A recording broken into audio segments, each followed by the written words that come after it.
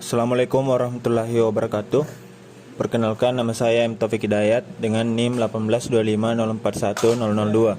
Nah, pada kesempatan kali ini untuk pemenuhan tugas final teknik kendali digital, maka saya akan menjelaskan sedikit tentang implementasi yang kemudian digunakan untuk dari materi 1 sampai materi 13. Namun pada materinya tentu materi 13 tersebut terhitung dengan ujian akhir semester dan mid semester. Maka dari itu saya mempunyai 11 materi. Nah, untuk materi yang pertama yaitu pengantar sistem kendali. Nah, pada materi pengantar ini di sini menjelaskan beberapa contoh pada sistem kendali, yaitu sistem kendali obat loop tertutup dengan menggunakan sensor yang dapat mengukur kadar obat atau nutrisi diatur dalam darah. Nah, contoh ini merupakan contoh konkret dari sistem kendali. Nah, maka dari itu masih ada contoh lainnya, yaitu pada sistem kendali tentunya ada beberapa istilah yang harus kita pahami yang dipergunakan dalam sistem kendali itu sendiri. Di antaranya sistem, proses, plan, aktuator, variabel, sistem pengendali digital, controller, dan lain-lainnya. Terus kita masuk ke materi kedua. Nah, pada materi kedua di sini membahas tentang model-model sistem kendali. Nah, di sini model-model sistem kendali terklasifikasikan menjadi dua, yaitu sistem fisik dan permodelan sistem.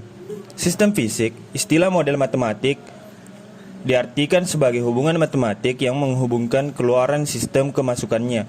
Mungkin salah satu model yang paling sederhana dari sistem ini adalah hukum Ohm, atau lebih tepatnya dikatakan sebagai model Ohm, yang diterapkan pada implementasinya ini diterapkan pada fenomena resistansi elektrik. Nah, model ini dirumuskan seperti berikut. Pada persamaan ini adalah tegangan volt atau arus adalah ini IT sebagai arus dalam besaran ampere, dan R adalah resistansi dalam besaran ohm. Jika resistansi dihubungkan dengan tegangan yang diketahui, tegangan akan menjadi sistem dan arus adalah keluaran sistem atau tanggapan. Yang kedua, model sistem kendali yang kedua yaitu permodelan sistem.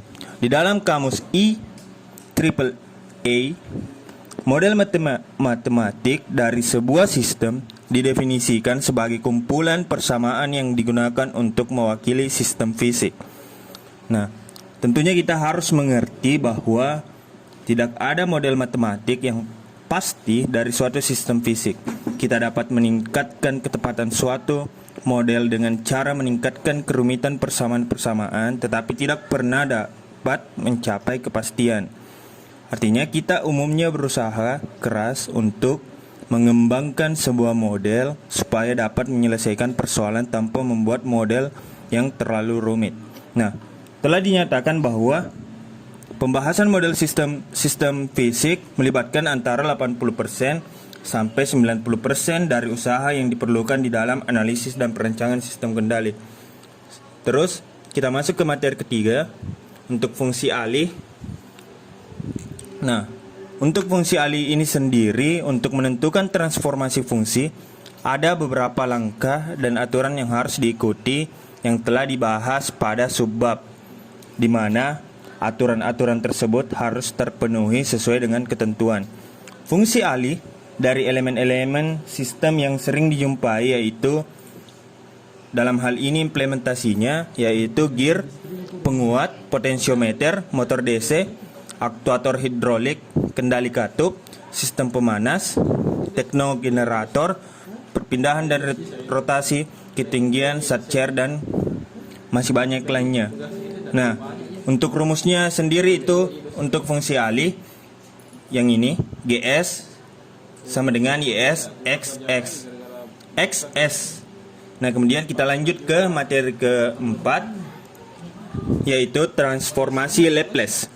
Nah, dalam penggunaan transformasi Laplace harus memenuhi prosedur diantaranya lakukan manipulasi aljabar dalam domain S.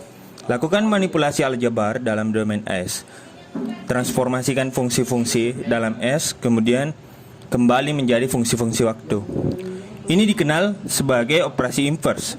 Dan pada bab ini dibahas beberapa sifat dasar dari transformasi Laplace, yaitu linearitas, perkalian dengan sebuah konstanta, turunan atau derivatif, integral, teorema pergeseran pertama atau E derajat AT, pergeseran waktu, nilai awal dan nilai akhir.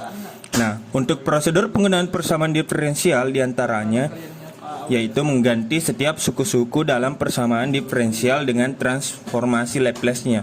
Sisipkan kondisi-kondisi awal yang diberikan secara aljabar, susun yang kembali persamaan untuk menghasilkan penyelesaian transformasinya. Inversikan transformasi Laplace yang dihasilkan untuk memperoleh fungsi dalam domain waktunya.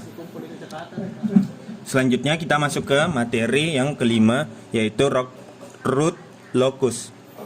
Nah, root locus ini sendiri adalah sebuah metode sederhana untuk mencari akar-akar karakteristik dengan cara menggambarkan akar-akar persamaan karakteristik untuk semua nilai dari suatu parameter sistem. Nah, root locus ini dalam implementasinya di sini tercantum bahwa sebuah metode sederhana untuk mencari akar-akar karakteristik. Jadi implementasinya itu digunakan ketika kita menggunakan untuk mencari akar-akar karakteristik. Nah, metode root locus ini juga dapat digunakan untuk mencari parameter PID dalam pengendalian posisi stamping ROD berbasis pneumatik menggunakan Arduino Uno. Nah, salah satu implementasinya yang konkret di sini terdapat bisa digunakan langsung untuk mencari parameter PID dalam pengendalian posisi stamping rod berbasis pneumatik menggunakan Arduino Uno atau Arduino Nano. Nah, kemudian untuk materi ke-6 kita masuk ke transformasi set. Transformasi set itu sendiri yaitu suatu transformasi yang mengubah sinyal waktu distrik ke dalam bentuk kompleks dalam domain frekuensi. Ini untuk implementasinya berguna untuk menyelesaikan persamaan beda atau difference equation dalam penggunaan dalam pemrosesan sinyal. Ya, kemudian kita lanjut ke materi ke-7 yaitu kestabilan sistem. Nah, untuk kestabilan sistem, kriteria Roth-Hurwitz dapat digunakan untuk menentukan bila suatu akar polinomial berada pada bidang separuh kanan. Nah, kriteria ini menjadi implementasi dari materi kestabilan sistem, yaitu dapat digunakan untuk menentukan bila suatu akar polinomial berada pada bidang separuh kanan. Kriteria ini dapat diterapkan bersamaan karakteristik suatu sistem distrik yang dinyatakan sebagai fungsi W. Kriteria ini berdasarkan pada pengurutan koefisien persamaan karakteristik suatu sistem transfer function GS sama dengan PS QS dengan persamaan karakteristik. Kriteria ini dapat digunakan juga untuk mengetahui instabilitas sistem, tapi tidak cukup untuk memastikan stabilitas sistem. Kriteria ini adalah metode yang paling efektif untuk menguji kestabilan sistem.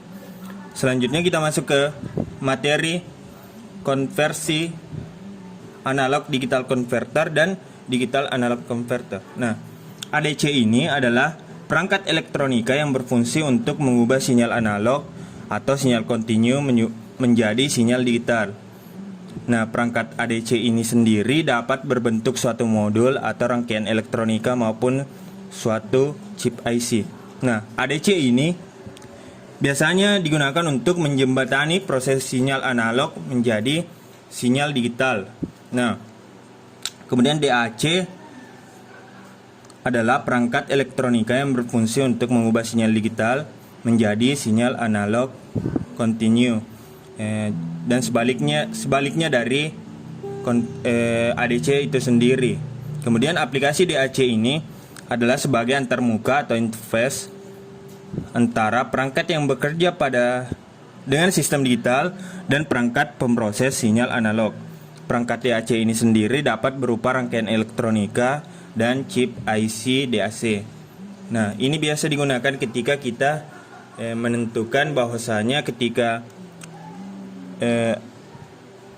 tegangan yang kita miliki, misalnya kita mempunyai sinyal yang kita miliki yaitu sinyal analog dan kita membutuhkan sinyal digital atau sebaliknya. Kemudian kita lanjut ke materi yang ke-9. Di sini untuk implementasinya terdapat sebuah rangkaian kontrol PID untuk pengatur suhu. Nah, ini merupakan rangkaiannya untuk rangkaian dan dari implementasi dari pengendali proses. Nah, pengeluruhan amplitudo kuartal dan proses dead time. Kemudian lanjut kita ke materi yang ke-10 yaitu PLC atau Programmable Logic Control. Nah, ini dirancangkan untuk mengganti suatu rangkaian relay dalam suatu sistem kontrol. Nah, untuk dari kata perkataannya sendiri yaitu programmable menunjukkan kemampuan dalam hal memori untuk menyimpan program yang telah dibuat. Sedangkan logic menunjukkan kemampuan dalam memproses input secara aritmetik dan logik atau ALU, yakni melakukan operasi membandingkan, menjumlahkan, mengalihkan, membagi, mengurangi, negasi, AND, OR, dan lain sebagainya.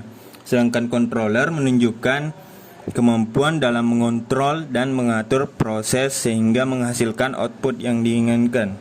Nah, untuk cara kerja PLC itu sendiri menerima sinyal masukan proses yang dikendalikan lalu melakukan serangkaian instruksi logika terhadap sinyal masukan tersebut sesuai dengan program yang tersimpan dalam memori lalu menghasilkan sinyal keluaran untuk mengendalikan aktuator atau peralatan lainnya. Nah, aplikasi sistem PLC dapat terlihat atau pengimplementasian dari PLC itu sendiri biasanya digunakan di berbagai pabrik atau industri yang menggunakan proses otomasi. Misalnya di pabrik otomotif atau produksi barang konsumsi yang menggunakan robot. Misalnya ketika PLC itu digunakan biasanya ketika ada penyulingan sosis, penyulingan untuk memasukkan ke botolnya, itu menggunakan sistem otomasi, biasanya menggunakan PLC itu sendiri. Nah, untuk selanjutnya kita masuk ke materi 11 yaitu diagram Nyquist. Nah, diagram ini adalah kriteria kestabilan yang merelasikan respon frekuensi loop terbuka sistem dengan banyak zero atau pole dari sistem closed loop yang terletak di sebelah sumbu hayal kanan bidang S. Kriteria ini biasanya diimplementasikan dalam teknik kendali karena kestabilan mutlak sistem closed loop dapat ditemukan secara grafis dari kurva respon frekuensi loop terbuka sehingga tidak perlu lagi mencari kutub-kutub loop tertutup. Nah, untuk presentasi tugas final saya mungkin sekian. Assalamualaikum warahmatullahi wabarakatuh.